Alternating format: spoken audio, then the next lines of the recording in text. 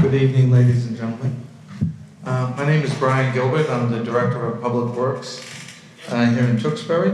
And with me is Kevin Hardeman, Town Engineer, Arthur Marcos, Project Manager, who oversees the Stormwater Program. So why are we here tonight? We're here because we want to educate you, the community, as to the requirements that are being placed upon Tewksbury and over probably 200 towns in Massachusetts by the EPA with regard to how we manage our stormwater and our recommendations on how we can fund these requirements. I'm not sure if you know, but by federal law, the town has to obtain and comply with a permit under the National Pollutant Discharge and Elimination System, which is typically called NEPDES. The permit is an MS4 permit. It's for municipal separate storm sewer systems. In order to drain or to discharge to the waters of the United States. It is the EPA that administers the permit system. The first permit actually went out, was instituted in 2003, so it wasn't that long ago that the first permit came into being. It was a 5-year permit. It took the EPA approximately 10 years to come out with the reissue of that permit, which was effective July 1st, 2018. The new permit has requirements that represent new and significant costs to cities and towns associated with the administration, operating and maintaining and upgrading its stormwater infrastructure.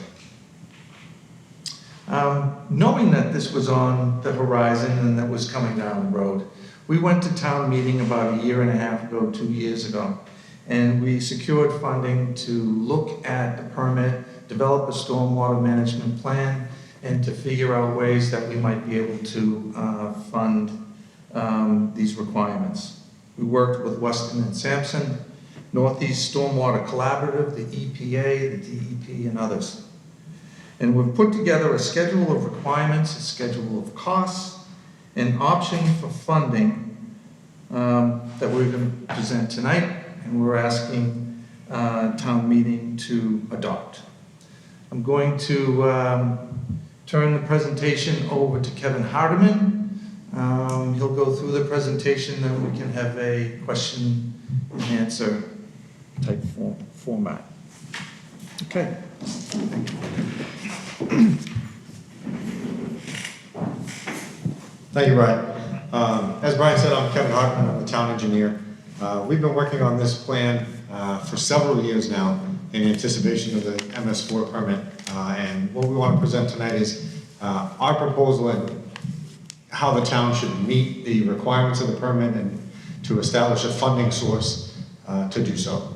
So with that, I guess the first slide shows what is stormwater? Well, stormwater is any rain or snow melt that runs off along the ground and discharges to a water body, water of the U.S., wetland, stream, pond, anything like that.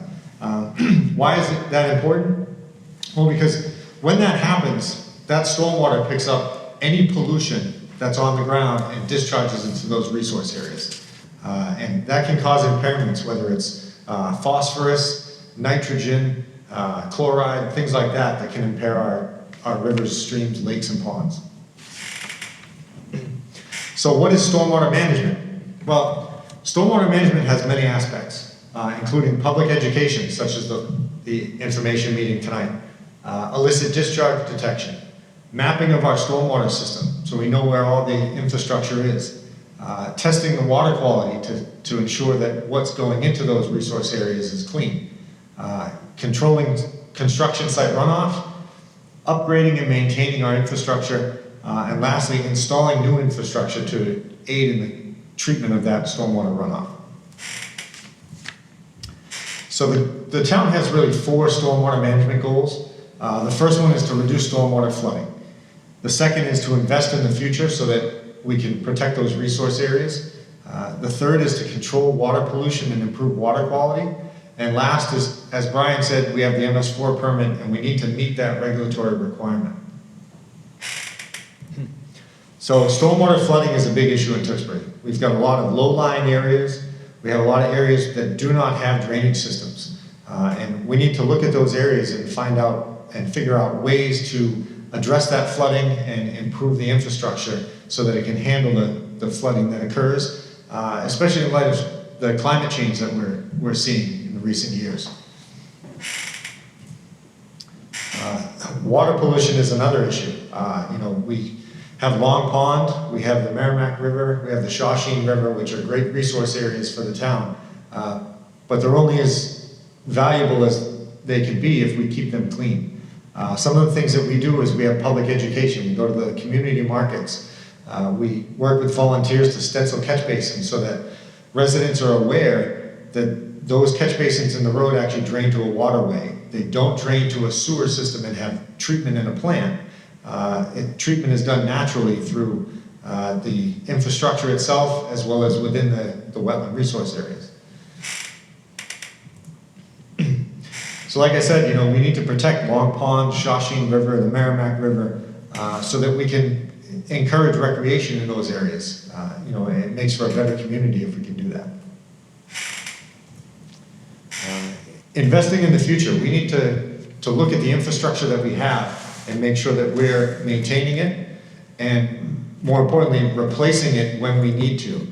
These are some photos of Pinnacle Street on the left and in the center with a culvert that recently failed on us. We've had to close the road. And those are the things that we're trying to avoid in the future so that we can fund the infrastructure improvements that the town needs.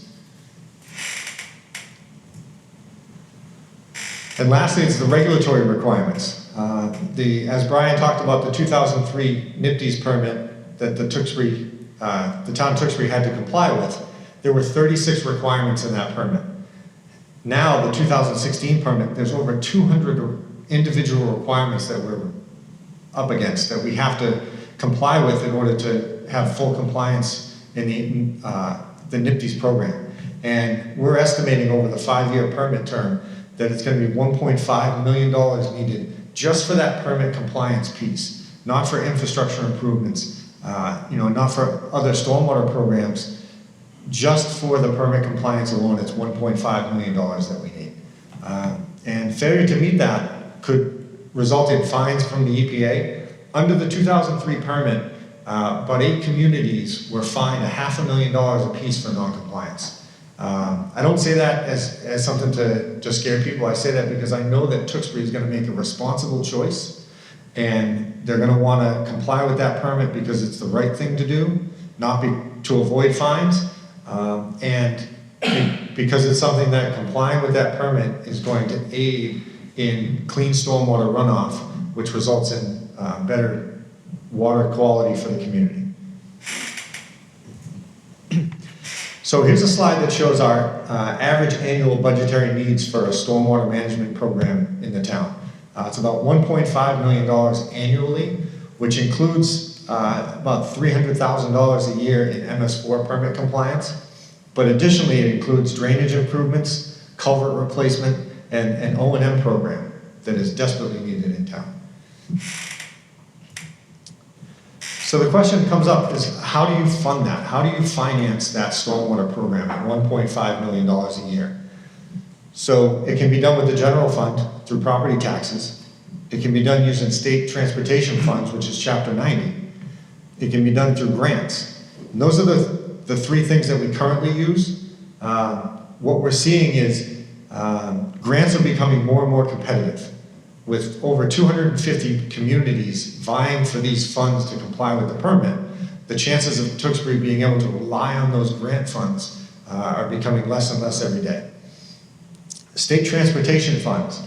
Currently we use approximately half of our Chapter 90 funding, which is over $400,000 of that $900,000, strictly for stormwater and drainage projects.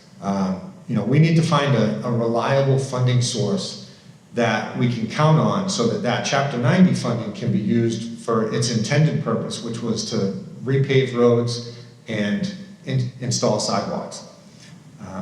So what are our future options? Well, we could increase taxes or use a larger percent of the general fund to fund the stormwater program. But increasing taxes is never a popular choice. And if we use a larger percentage of the general fund, then we're just pulling funds away from other programs and other departments in town, which isn't our goal. We could take out loans or use bonds, but with that comes interest, so you're actually using more money than you're putting towards the program itself. So that's not really a viable choice. There's public and private partnerships, which are things that we try to do anytime there's a large development that comes in. We speak with those private developers and see how we can work together to make some infrastructure improvements focused around the developments. Like I said, we apply for grants, but those grants are becoming more and more competitive. And then the last option would be to establish a stormwater enterprise fund, which is what we're proposing to do. Our ideal funding mechanism, which is the stormwater enterprise fund, it would be reliable. It's predictable. You can count on it. You know what your resource, what your funding is going to be year in and year out. It doesn't impact other departments like using the general fund would. And it's fair. We're proposing a stormwater enterprise that is based off of your stormwater footprint, if you would. It's based off of the impervious area from your site. The more impervious area you have, the more stormwater you generate. Therefore, we're connecting impervious area to the enterprise fund.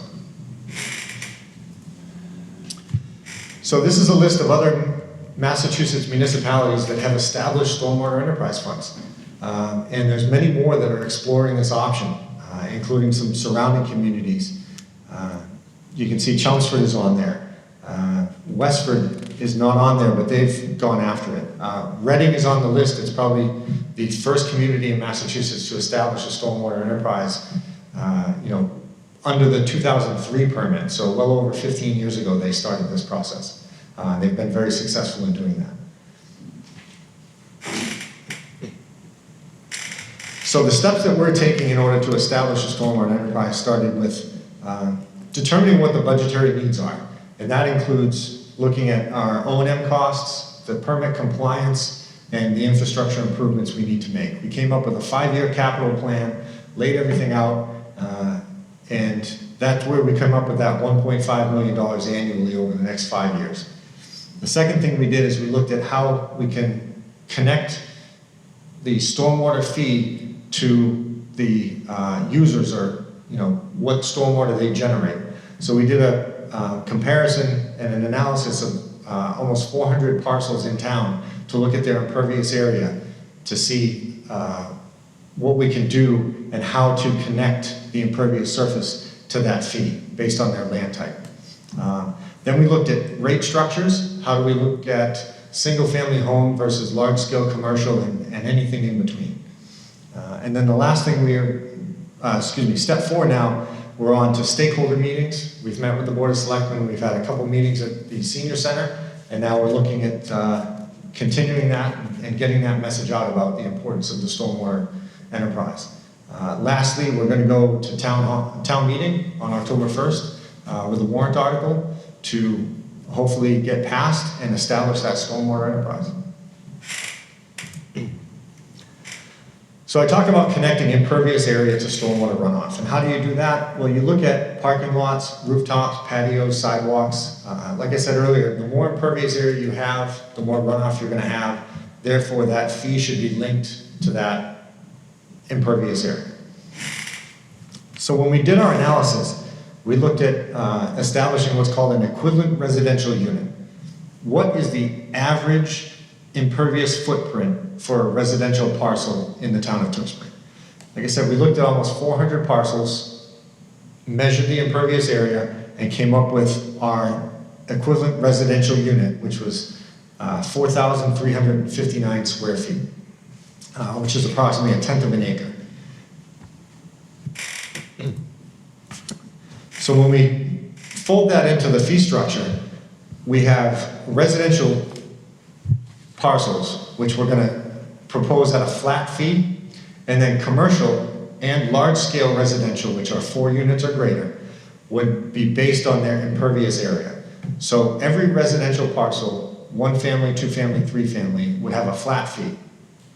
And then commercial, we would measure their impervious footprint and do a calculation to compare that to the equivalent residential unit, and that would give them a multiplier in which to establish their fee.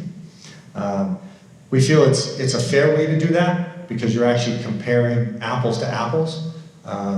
It has a lower cost of implementation than if we had to measure the impervious footprint of every parcel in town. So that by doing that, if we looked at every parcel, it would cost a lot more, and the money that we generate in the enterprise would go to doing that practice year in and year out to measure that impervious area. We looked at our budgetary needs and set fees based on the needs of the stormwater program. And then we also looked at other Massachusetts municipalities to see what models they were using and took pieces from those and lessons learned about what they did and what they didn't do, and used that to help us along the path to create our rate structure. So similar to water and sewer, we're going to have billing issues. Question is, how do you build the stormwater enterprise fund? There'll be abatements under the program, and then we're also going to look at possibly implementing credits down the road for facilities that install stormwater management BMPs that go above and beyond what's required under the permits today. So for billing, we would utilize the water and sewer bills, add another line item to those bills, and send that out to each parcel. Properties that don't have water and sewer would have to receive a new bill, a separate bill. Abatements would be similar to water and sewer. If a large-scale commercial or residential property had a dispute on what their impervious footprint was, they'd go through an abatement process and we'd investigate that.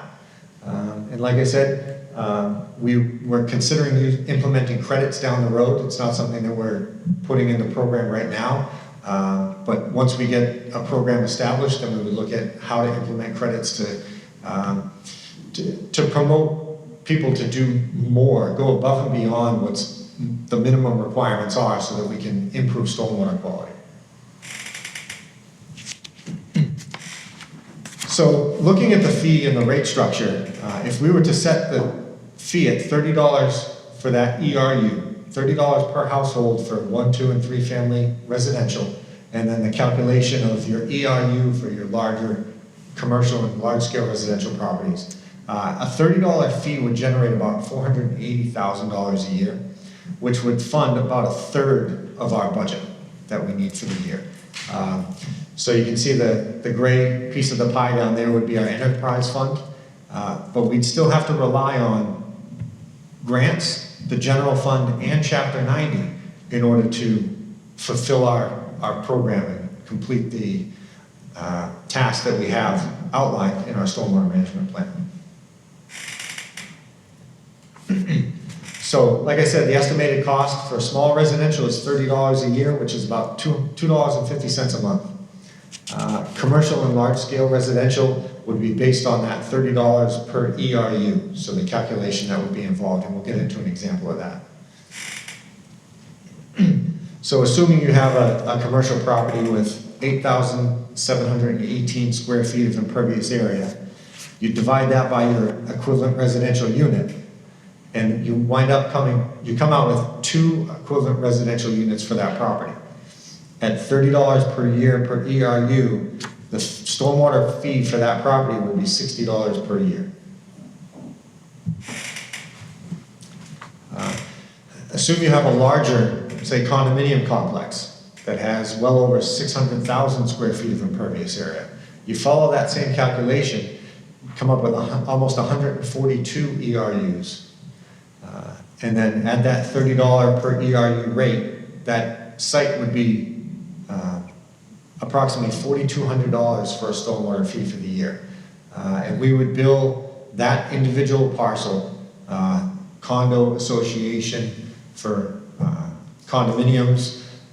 If it's a large residential property, maybe the property management, the owner of that property would get billed that rate. So our projected revenue based on the $30 rate and the fee structure that we have and the ERU that we have calculated, the small residential compared to the large residential and commercial, they're about equal, 235,000 to 245,000. So again, it gets back to that fairness. You know, where do we place the burden on this? And as you can see, it's spread across all land use types. So this is a chart showing what if we set the rate at $45 per household. We'd generate $720,000. We'd fund half of our program. So we could find the other funding from the general fund and grants. We'd shift the Chapter 90 funding out of the stormwater program and use that to focus on its original intent, which is roadway resurfacing and sidewalks. We paved 7 roads this year. If we were able to establish an enterprise fund like this and remove the need to use Chapter 90 funding, we could easily double the amount of roads we could pave every year. You know, 2 to 3 miles of roads would get paved every year. We have about 160 miles of roadway in town, so it's a step in the right direction.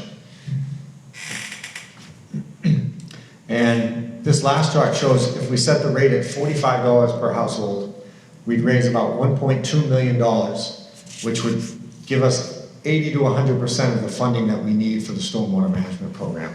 We'd rely less on grants, much less on the general fund, and that general fund money would be able to go to other departments and programs in the town. So with that, we have one more stormwater funding presentation on September 30th. The vote of town meeting is October 1st. And we'll open it up to questions, comments, concerns anyone has. Thank you. Yes, if I may. Yeah, we have a microphone here because we're recording the meeting. Hi, Joe Gill. What do we get for $1.2 million?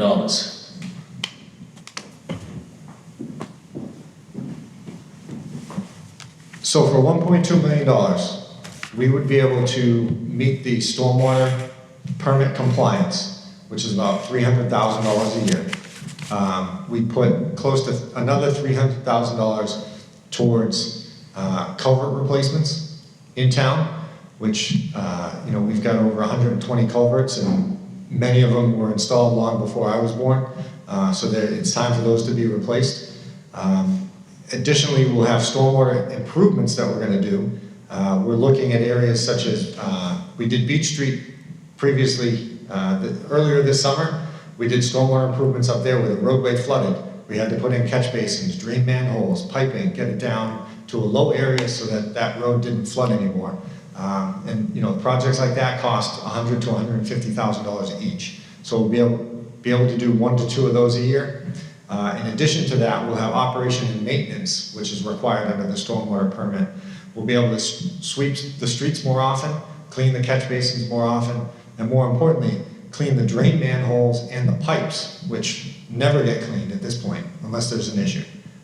So by implementing the stormwater funding and getting that $1.2 million, we'll not only be able to meet the permit compliance, but we're going to be doing a lot more infrastructure improvements and maintenance that the system direly needs.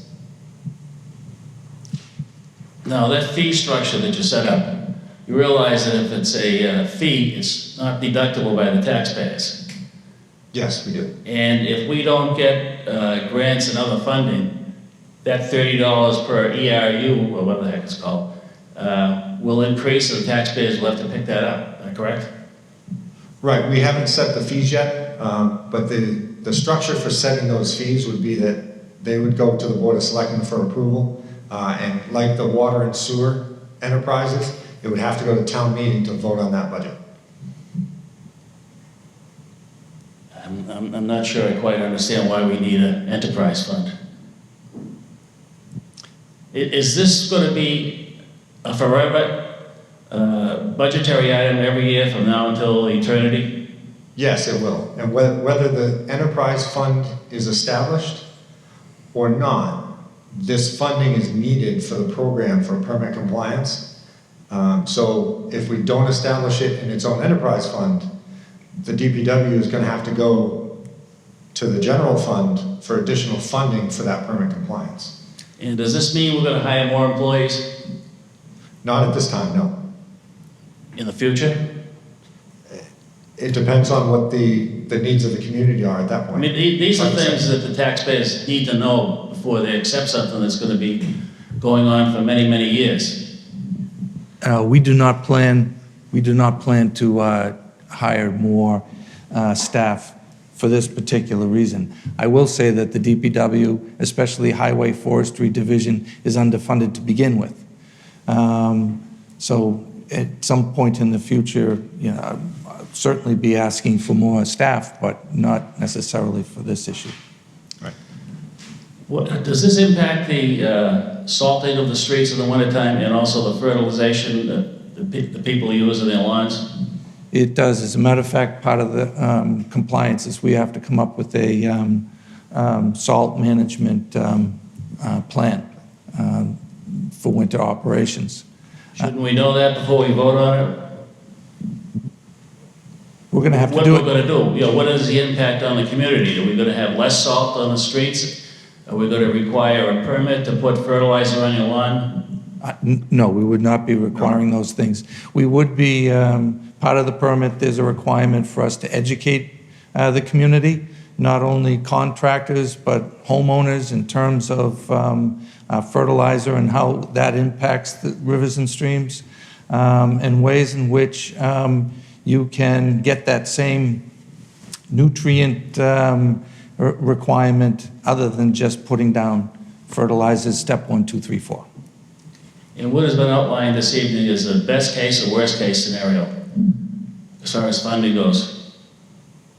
I think Well, both. yeah, I mean, as far as the enterprise fund goes, you know, the $30 per ERU, the $30 flat fee for residential is not the worst case scenario. I mean, I think the worst case scenario is to not establish this enterprise fund and have to rely on the general fund and Chapter 90 and, you know, try to find grant funding to support our program.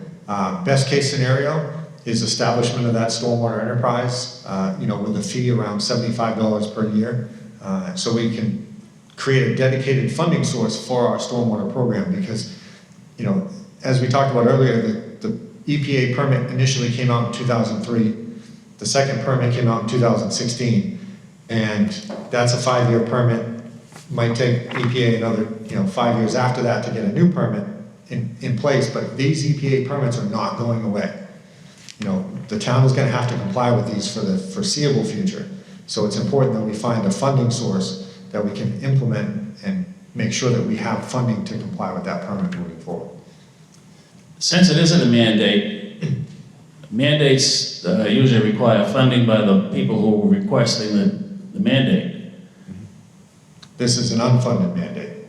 Well, It's federal. okay. I knew the answer.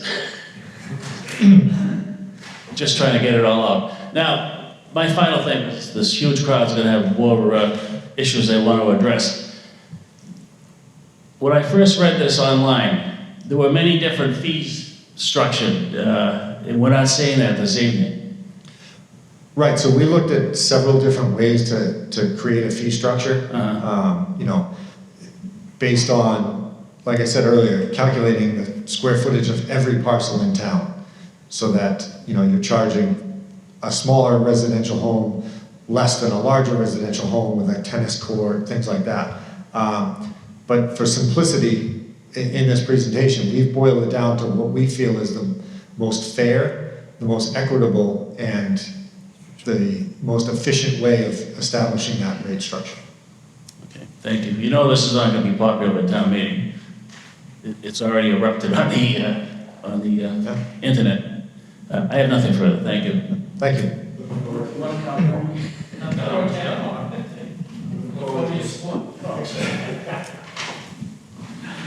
John Stadman, 666 Whipple Road. Kevin, I wanted to thank you for the email communications going through the ERU. I think, I don't know if this is the time and place, but obviously we're being asked to, establish a fund, which I think is a great idea. Obviously not tipping into the general fund, coming back to this being a mandate obviously it's a mandate, we have to do something about it. The question I would have, there's a swing of plus or minus $1 million in the general fund, if I read the pie chart, correct? If we're going to dig into and being asked to do that, I mean, what is the impact in Tewksbury? That probably ask Mr. Montori. What would be an impact of, if we go with the low fee, $35 and spare somebody a cup of coffee a month. I mean, that's what it comes down to. What's the impact in Tewksbury on that $1 million? Let me take a shot at this one. If we were to go with the lower fee, you would barely make compliance. No, that's what I'm saying. Okay. If we have to come up and start digging into the general fund in order to come up with it to the stormwater, and then come forth to Richard and say, look, I need another $1 million from you, and not burn the taxpayer a cup of Dunkin' Donuts coffee. So the $35 versus the $75 a year. If the selectmen do decide to set the $35 versus the $75. So, I'm not trying to put him on the spot. I'm just trying to ask for, if worst case scenario, we say, look, we agree on the stormwater, but we highly do not want to pay the $75. We only want the $35, but please put it in perspective that, we're going to get X. Yeah, I think to answer your question, I think going back to what Kevin had mentioned earlier, if we don't fund stormwater at the $75 or even at the $45, the impact is going to be to capital projects that we use our Chapter 90 money for. So right now, Chapter 90 is being spent on sidewalks, it's being spent on roads, and it's being spent on drainage. If we can get $45 or the $75, because remember the $30 just does compliance for us. It allows us to pave more roads, as Kevin mentioned earlier, do more sidewalks, other capital improvements to our infrastructure. If we don't get that money, now we're splitting that Chapter 90 money into another project area, which takes away from the residents. And it also impacts our use of the stabilization fund or our free cash in the future or other reserves. For instance, if we don't have stormwater funding to this level, now we're pulling from those reserves which pay for building maintenance or building needs in the future or other non-transportation type projects that the DPW does. It could be things like the new DPW facility, which we're coming to town meeting to fund for engineering and design in October. It'll pull from projects like that. So it will impact how we plan and how we move forward with other projects in the future. There's no doubt about it, because we just can't do everything. And going back to some of the questions Mr. Gill brought up earlier, the reason why we're going this route and setting up a dedicated enterprise fund for stormwater is so we can show people this is where their fee is going, that it's not being pulled into the general fund as a normal revenue and difficult to understand how the money is spent. This will be a dedicated fund that we're very transparent on how we're going to use it so the residents can see it year in and year out at town meeting. And as Mr. Gilbert said, we're not planning to use that enterprise fund to pay for additional employees. We truly want to address projects that the town engineer has laid out. So I hope that answers your question. No, that's nice. So along that, if you could go back for the pie chart, if you don't mind. Which one? it breaks up the funding, the 5-year funding. It was early on in the slide. Where the capital, The first one, I think it is. the money outlay, the 600K, the O and M. Yep. No. No, keep going. Keep going all the way to the Way beginning. back. That right there. So you mentioned this is like a 5-year capital outlay. So if you don't mind just explaining, assuming this is a contiguous, 5, 6, 7, 8 years, once a tax is put in place. So O&M, if you can just describe, 640K annual.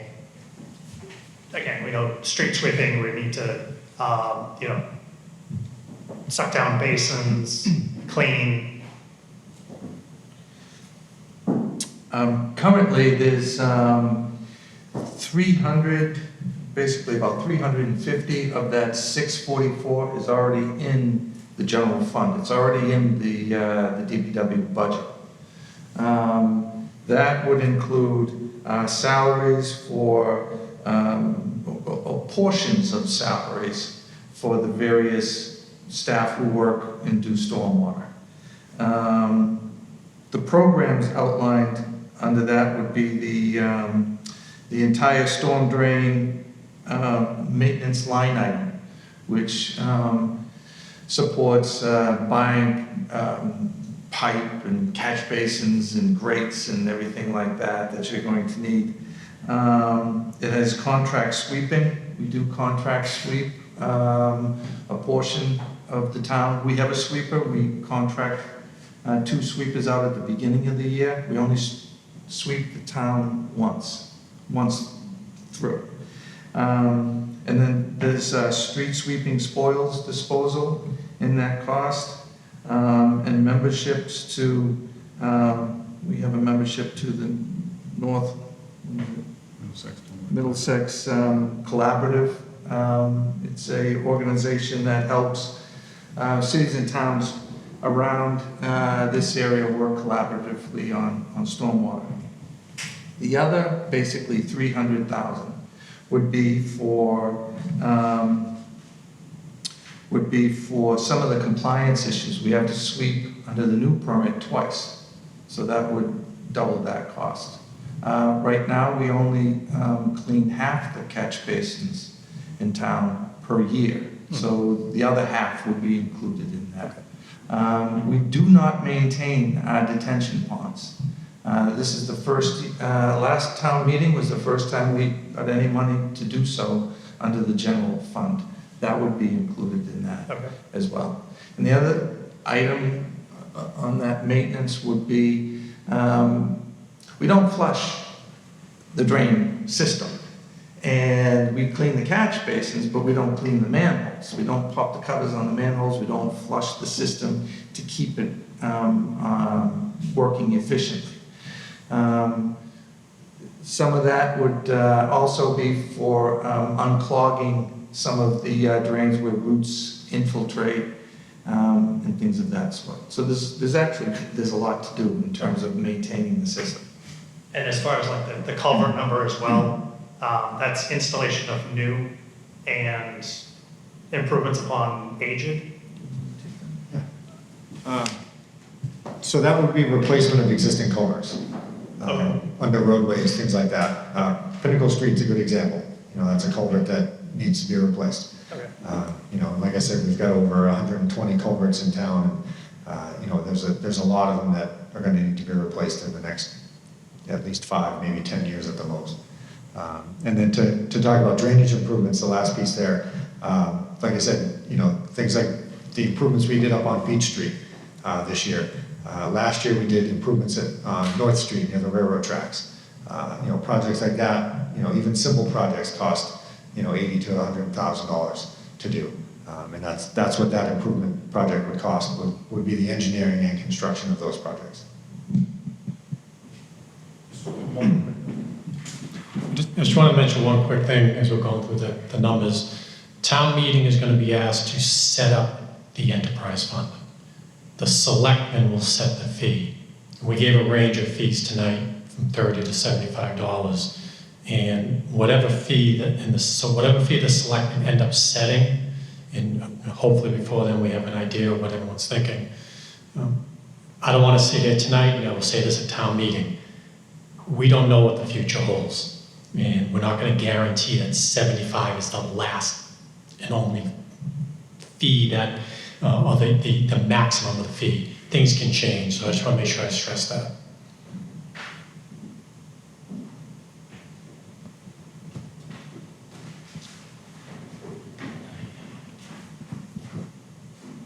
Hi, I'm Shelby Christian, I live in Shawshene.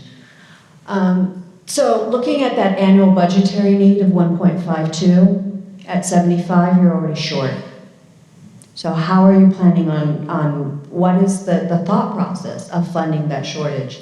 And what percentage of salaries are you shifting from the DPW budget into this? And when I say salaries, I'm assuming you're including everything, the healthcare and everything that goes with No. a person's cost. We would not be shifting. It would stay in the. So you said a portion of the, and I'm sorry, maybe I misunderstood. I thought you said a portion of the salaries would be covered. Some DPW workers who would be working on this would be shifted into the operations and maintenance, and that would cover some of that. Actually, now I was looking at a portion of the budgetary need for operations and maintenance is salaries. If you add that up, I believe you're at 1.5. The 75 would be 1.2. So the add up is what's already in the general fund budget in the DPW currently. The 75 gives you 1.2. 1.2, right. And then about 350, 325, I believe, is already in that number there that makes up the 1.5. So are you saying that the difference is going to stay in the general fund and that the selectmen won't be trying to fund the 1.52? At 75. That's correct at 75. At 75. So what are your thoughts as to what could give the selectmen incentive to increase over 75? Because this is a flat fee. With the TCJA, a lot of people are no longer able to take tax deductions. Every time you raise property tax, it's coming directly out of people's pockets now.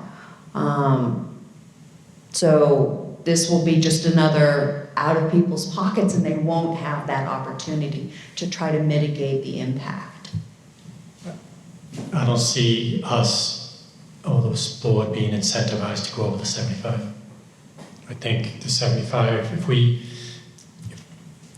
were fortunate enough to gain approval for the 75, that would last us for quite some time. We'll be able to plan projects out over a 5-year period to live within that $75, give us time to understand what type of revenue we would collect on an annual basis. Currently with our number of residential units and commercial units and any growth. So I think the 75 would last us for quite some time, and we would not be coming back for an increase. But I did want to give the disclaimer because one of our famous projects in town didn't talk about the real impact, and that was our sewer project. So I want to sit here and say, I don't know what 5 or 10 years could bring us between permit requirements from EPA, problems that we run into that are unforeseen. But as we sit here right now, we think 75 is a solid number. But the board, we haven't really had a chance to talk it in that much detail. I'm not sure where they'll end up falling on the enterprise fund and the fee in general. So one last question. So if the selectmen decide on $45, what's the trade-off? So you've talked about what the minimum $30 will buy, and we've talked about what $75 will buy. What's the 45 buy?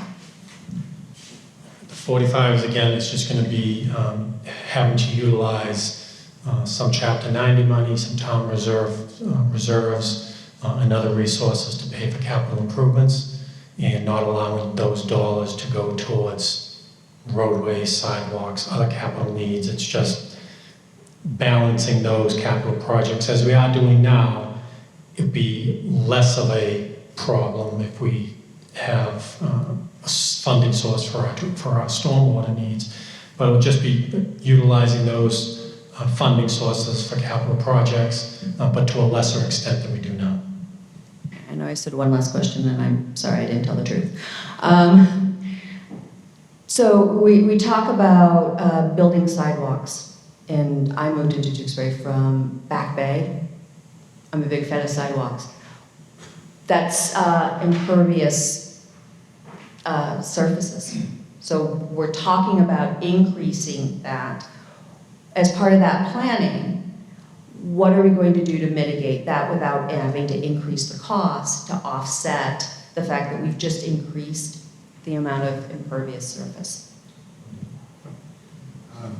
So that is a great question, because, you know, obviously we're concerned with impervious surface and stormwater runoff, and now we're, you know, looking to shift the funding source so that we can construct more sidewalks. And impervious surface now has a cost associated with it. Right.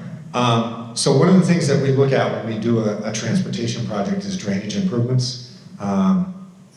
Project where we've undertaken and we're just waiting to get into construction now is Main, South, and Salem, the intersection project, improvements, addition of sidewalks, bike lanes, things like that. And with that, we made improvements to the stormwater management system as well. You know, so whenever we have a transportation project, whether it's small or large, we always look at the impacts of that extra impervious area and figure out how to mitigate that in that area. Some recent examples, River Road, project was done out there, and we put in underground chambers to address the increase in impervious areas. So, you know, those are things that we always look at, because, you know, we don't want to be saying we're looking to reduce flooding, you know, we're trying to pave the world on the, you know, in the next breath. So those are things that we look at, and we, you know, we're cognizant of it, and we always try to implement stormwater practices in all of our transportation projects. Is there some place where we can see the samples that you use to calculate the residential unit square footage? Yeah, we could get those posted to the website to show the example parcels. That would be great, just so that people have a better understanding of what the overall sampling was, as opposed to looking at, you know, these 5, you know, properties or this standard size property. Yeah, thank you. Thank you. Anyone else? Oh. Thank you. Thank you very much. Thank you very much. Thank you. Appreciate you coming out.